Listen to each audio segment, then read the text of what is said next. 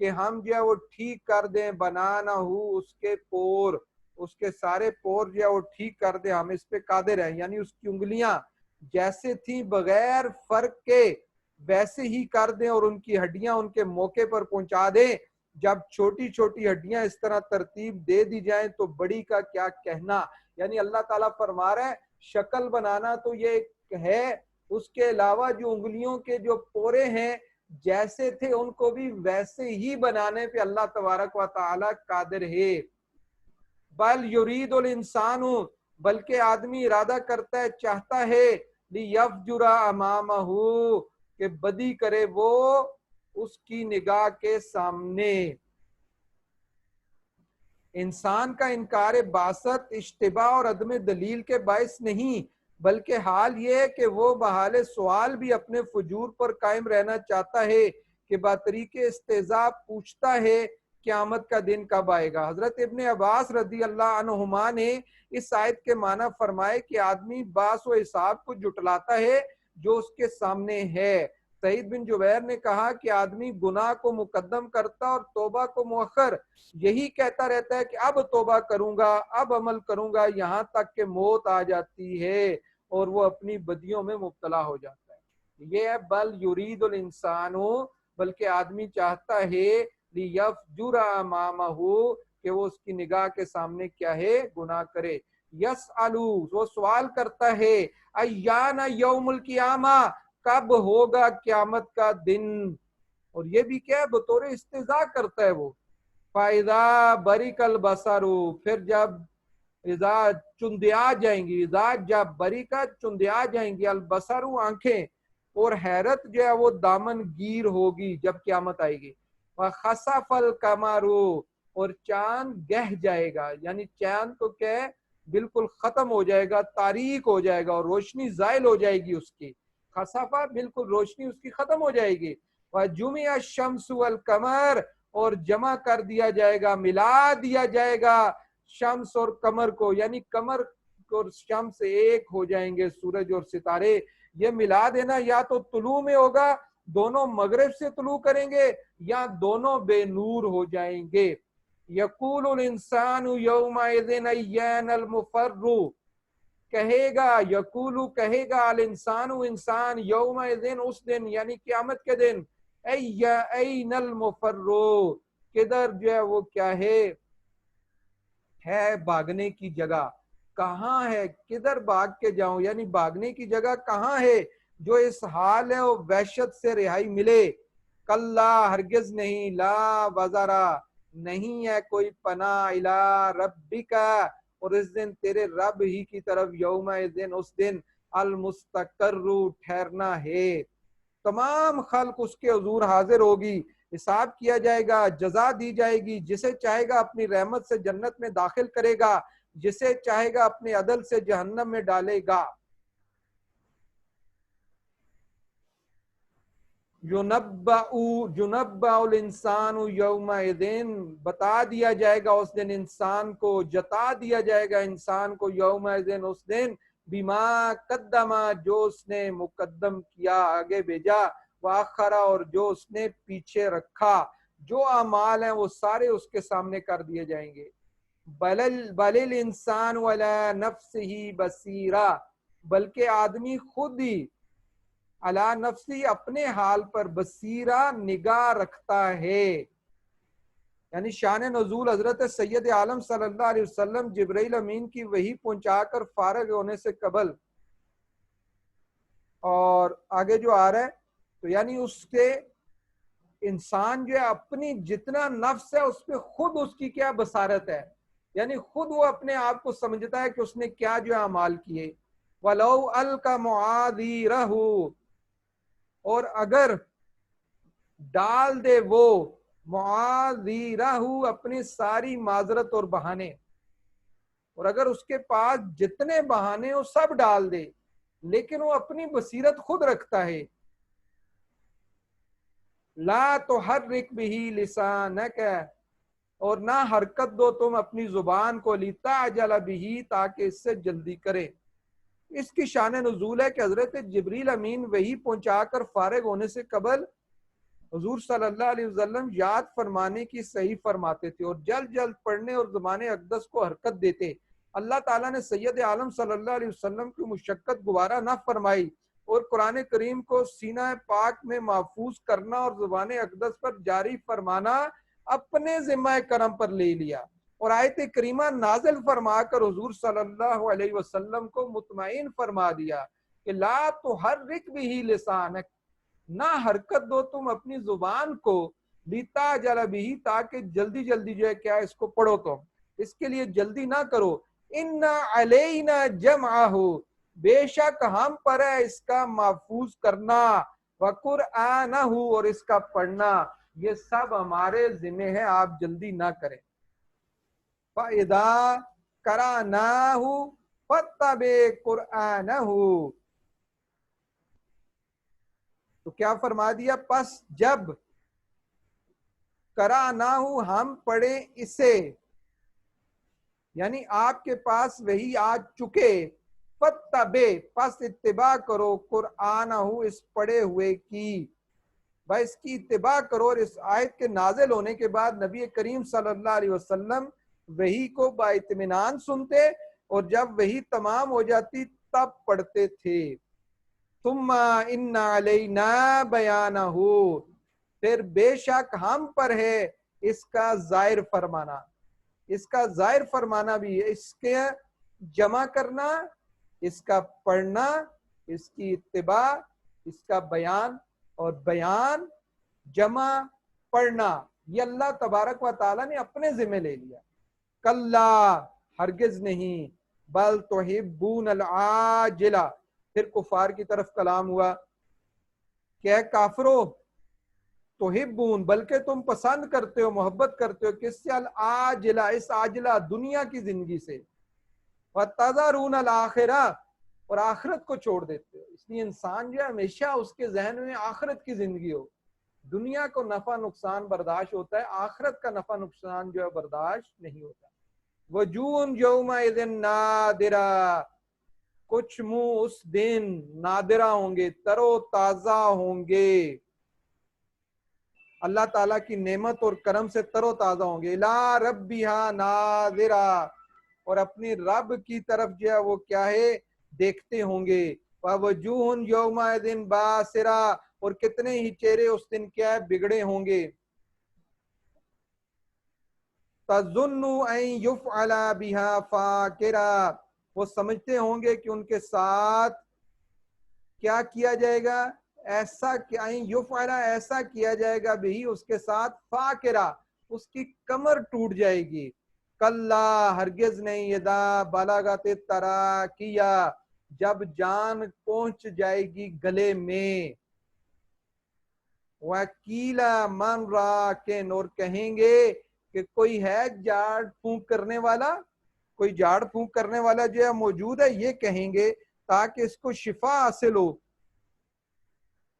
وَظَنَّ، اور وہ گمان کرے گا کہ أَنَّهُ الْفِرَاقُ، سمجھ لے گا کہ یہ اب جدائی کی گھڑی ہے، اب میں نے یہاں سے جانا ہے۔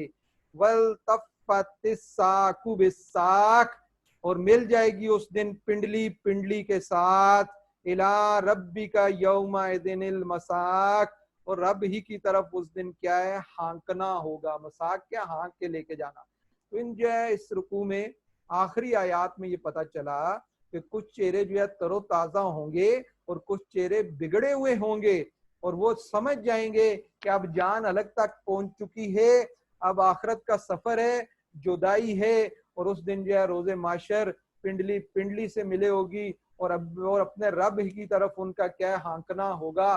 تو اللہ تبارک و تعالیٰ سے دعا ہے کہ جو کچھ پڑھا اس کو یاد رکھنے اور دوسروں تک پہنچانے کی توفیق عطا فرمائے۔ حاضرین میں سے سب کے مصائب، تکالیف، دکھ، پریشانیاں، قرضداریاں، مقدمات وغیرہ جو بھی کوئی جو ہے تکالیف پریشانیاں، سب کو دور فرمائے، اور ہمارے والدین کی بخشش فرمائے اور ان کے درجات کو بلند فرمائے۔ وما علینا الا البلاغ۔